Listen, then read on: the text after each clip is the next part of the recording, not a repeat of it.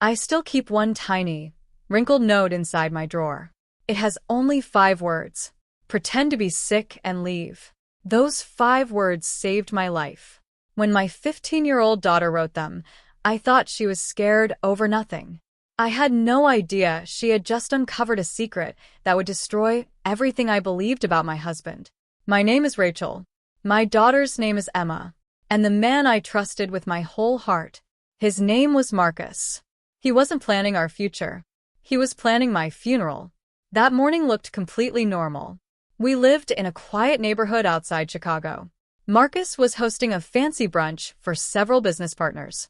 I had spent days cleaning the house, cooking food, and making everything perfect. The coffee smelled fresh. The table looked beautiful. Everything seemed peaceful. But it was all a lie. While I was finishing breakfast, Emma quietly walked over. "Mom, can you come to my room?" Her voice was barely above a whisper. I smiled. Of course. The second we stepped inside, she closed the door. Her face was pale. Her hands were shaking. She looked like she hadn't slept all night. Without saying a word, she slipped a folded piece of paper into my hand. I opened it. It read, "Pretend to be sick and leave." I looked up. "Emma, what is this?"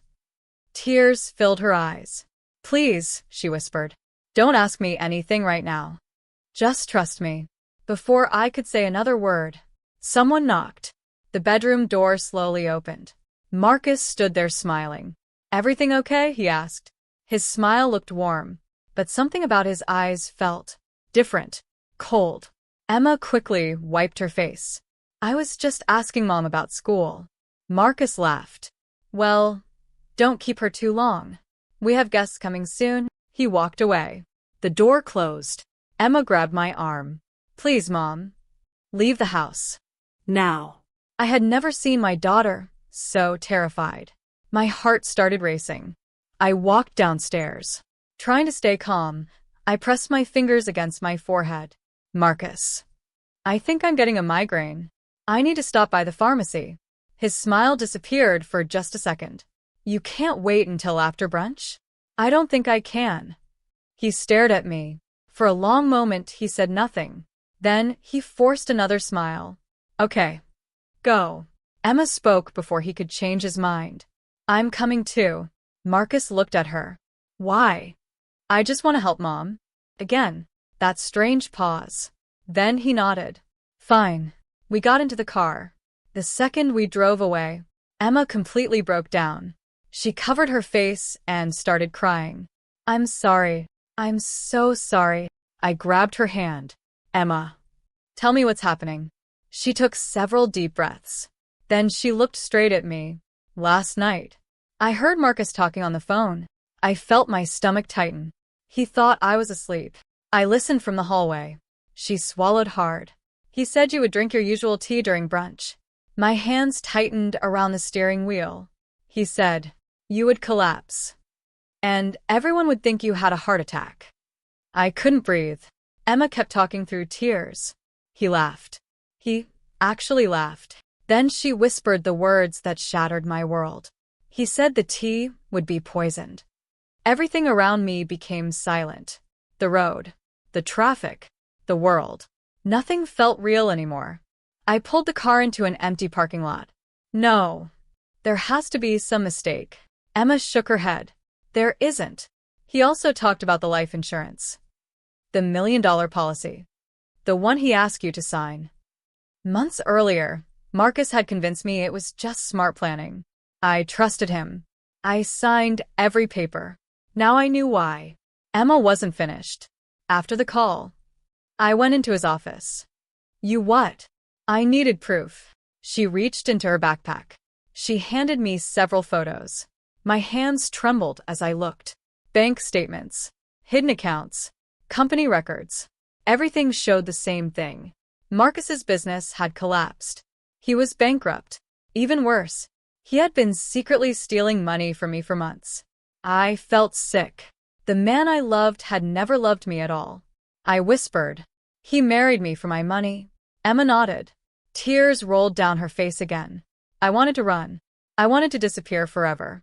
But Emma grabbed my arm. "If we leave now, He'll tell everyone you're crazy. He'll make you look guilty. She was right. Marcus had planned everything. Running would only help him. We needed evidence. Real evidence. So we made the hardest decision of our lives. We went back home. When we walked inside, Marcus smiled like nothing had happened. There you are. Feeling better? I forced a smile. A little. He looked into my eyes. I wondered if he could hear my heartbeat. Guests started arriving. Everyone laughed. Everyone talked. Nobody knew I was standing next to the man who wanted me dead. While I greeted people, Emma quietly slipped upstairs. She headed straight for Marcus's office. Every second felt like an hour. I kept pouring coffee, serving food, smiling, pretending everything was normal. Inside, I was terrified. Then I saw Marcus glance upstairs. His smile disappeared. Where's Emma? I think she's getting something. He immediately walked toward the staircase. My heart nearly stopped. A few minutes later, he came back. His face looked different. He knew something. Without warning, he grabbed my arm. Come upstairs. His voice sounded calm. Too calm. Emma was standing in the hallway. Marcus pushed both of us into an upstairs bedroom. Then, he locked the door. The click of that lock echoed through my chest. Emma looked at me. I got the pictures. She held up her phone. I found a small bottle hidden in his drawer. I photographed it. There was also a handwritten schedule. I stared at her. What kind of schedule? It listed exactly when you would drink the tea, and how long it would take before anyone noticed. My knees almost gave out. Marcus wasn't guessing. He had planned every minute. Then we heard footsteps outside. He wasn't going to let us leave. Emma looked around the room. Then she pointed at the blankets. We can use those. Working together, we tied them into one long rope. We opened the window. The drop looked terrifying. You first, I whispered. Emma climbed down. Then I followed. The blanket stretched. My feet slipped. But somehow, we made it. The second we hit the ground, we ran. Behind us, a window slammed open. Marcus shouted my name. His voice echoed through the neighborhood. He was chasing us. We ran into the woods behind our houses. Branches scratched our arms. Leaves snapped under our feet. I could hear Marcus getting closer. Rachel, come back. I didn't stop. Neither did Emma. We kept running until we reached the other side of town. Finally, we found a busy shopping mall. Crowds surrounded us. For the first time, I felt a little safer. There, I called someone I hadn't spoken to in years. My college friend, Sophia. She had become one of the best criminal defense lawyers in the city. When she answered, I only said 4 words. I need your help. She came immediately. Before she arrived, 2 police officers walked toward us. Ma'am, are you Rachel? Yes. We received a report. My heart dropped. The officer continued. Your husband says you're mentally unstable. He claims you kidnapped your daughter. I stared at him in disbelief. Marcus had already started lying. He was trying to destroy me before I could expose him. Then Sophia arrived. She stepped between us. I'm her attorney. My clients will not answer questions until proper legal procedures are followed. Her voice was calm, strong, confident. For the first time that day, I felt someone was protecting us. Sophia listened to everything. Then she said, We're getting a search warrant. He won't have time to hide anything. Hours later, we sat inside the police station. Marcus arrived wearing the same perfect smile. He looked worried. He hugged officers, shook hands, played the role of the loving husband. My wife has been struggling mentally. I'm only trying to help her. He even pointed toward Emma. My daughter has been confused lately. I watched him perform. For one horrible moment, I thought people believed him. Then the doors opened. Investigators walked inside carrying evidence bags. Everything changed. The hidden bottle from Marcus's office had been tested. It wasn't medicine. It was deadly poison. The room became completely silent. Marcus's smile faded. Investigators weren't finished. They found blood hidden inside Emma's bedroom. At first, everyone was confused. Then forensic experts explained the truth. Marcus had planted his own blood there. He planned to accuse me of attacking him.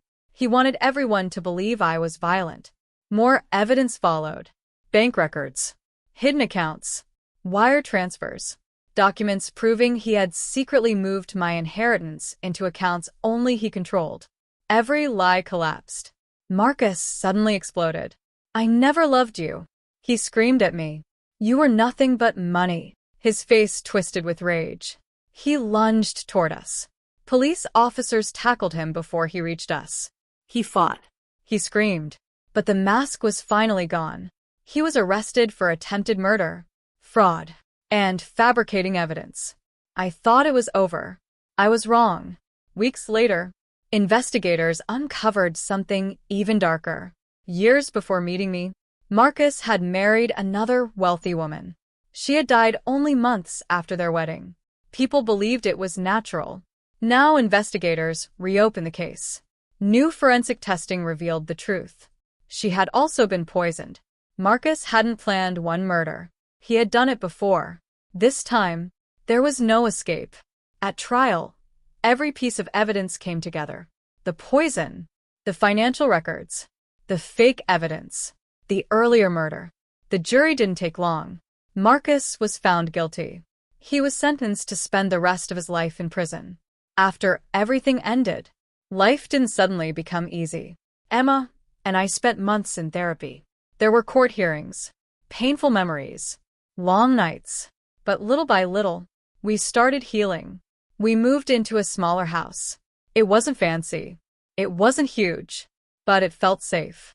For the first time in a long time, peace lived there. Every day, I watched Emma grow stronger. She reminded me that courage has nothing to do with age.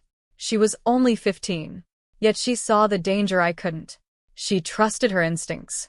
She refused to stay silent. And, because of her, I'm still alive. Even now, I sometimes open that little drawer. I unfold the same tiny note. The paper is old. The writing has faded. But the message is still clear. Pretend to be sick and leave. 5 simple words. Written by one brave teenager. Those words gave us a second chance. And they taught me something I will never forget. Real heroes don't always wear uniforms. Sometimes, they're frightened children who choose to speak up when everyone else stays silent.